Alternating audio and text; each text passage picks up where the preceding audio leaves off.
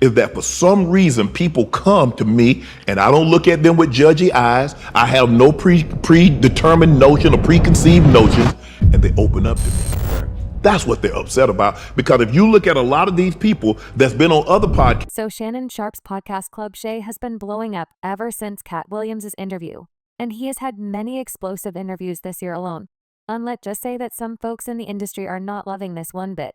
This is because the interviews have exposed many secrets about some of the industry's most popular and powerful people, including Diddy, Oprah, and Tyler Perry. It looks like Shannon is now dragging them for filth, exposing them for not only trying to cancel the show, but also trying to ruin his life for not taking down interviews after they asked him to. It looks like Shannon is now claiming that he also has more dirt on these people and he's going to leak it if they don't back down, y'all. Better get in the room, because Shannon is not here to play Shannon. Sharpe has had the world in a chokehold ever since he dropped his interview with Katt Williams at the start of the year. It was pure chaos, and that chaos has remained since that interview.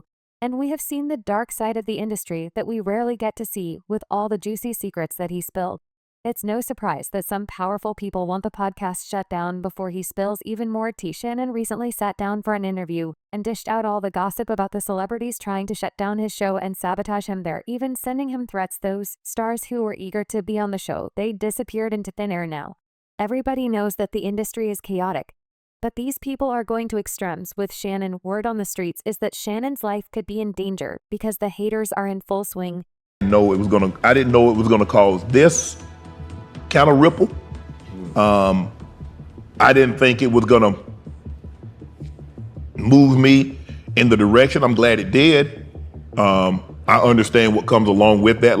But if you remember, in this same interview, Shannon talked about all the crazy stuff he's been dealing with since Katt Williams' interview went viral earlier this year. He had a conversation with Cam Newton and shared why celebrities are comfortable enough to spill all their secrets on his podcast.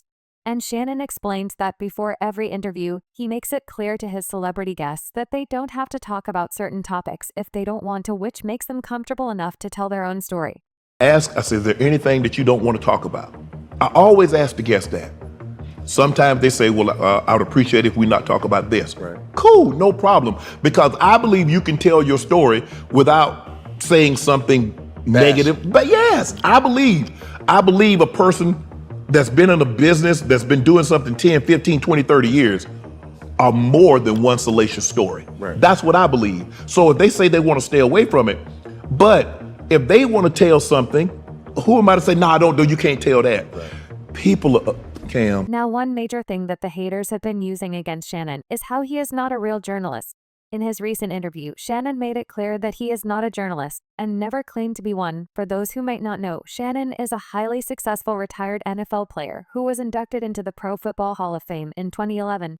He went on to work as a sports commentator for several years after starting his Club Shay podcast in 2020 during the pandemic. The podcast was pulling decent numbers, but things went wild with a Katt Williams interview, which currently has more than 70 million views already in his most viewed interview on Club Shay. But the crazy thing about this is that the interview almost never happened. Shannon revealed that he had been trying to get Katt on the podcast for about a year before the episode finally came together. One day he got lucky and ran into Katt's new manager, who connected him with Katt. Just a week later, Katt was on Club Shay spilling all this industry tea. Now Katt Williams knew that he was about to set the industry on fire because he made it more than clear. They all coming. No, they ain't. Are you kidding? Nah. Hey, I promise you. Good thing I done got all the rest of them. I done got the ones. I promise you, everybody trying to double back. You're gonna be having to beat them off with a stick. You won't let him. They're coming. Much as. And boy, was Katt right about that. Because while Shannon was enjoying Club Shay's success, he noticed that some folks in the industry weren't too thrilled and were attempting to sabotage his podcast. And that's not the whole story. Some celebrities, upset by Shannon's achievements, started labeling him and Club Shay as troublemakers, accusing him of stirring up drama in Hollywood because of the Katt Williams interview. But it doesn't stop there. According to these insiders, these celebs allegedly, including Oprah and Diddy, were allegedly making moves to discourage other celebrities from appearing on CL Shay. Oprah's conflict with Shannon began when he invited Monique to Club Shay. Monique openly criticized Oprah, calling her a narcissistic manipulator. Monique accused both Oprah and Tyler Perry of cheating her and blackballing her career simply because she refused to do something outside her contract. For context, Monique and Oprah have been at odds for years during their collaboration on the movie Precious. Monique chose to not participate in an unpaid, unscheduled press tour. This decision reportedly angered Oprah so much that she started spreading rumors about Monique being difficult to work with. Cookie from the show Empire, I was offered that role. Now, Taraji tore it up, baby. Listen here. However, I was offered that. Then Felita called me back and say, baby girl, they said you're too difficult to work with. But you hear on the audio that a man told David Talbot I was difficult to work with. Do you see how that cost my family? Yes. And with no accountability. Of course, this didn't sit well with Oprah at all. And it's not hard to see why Monique really went in on Oprah during her interview.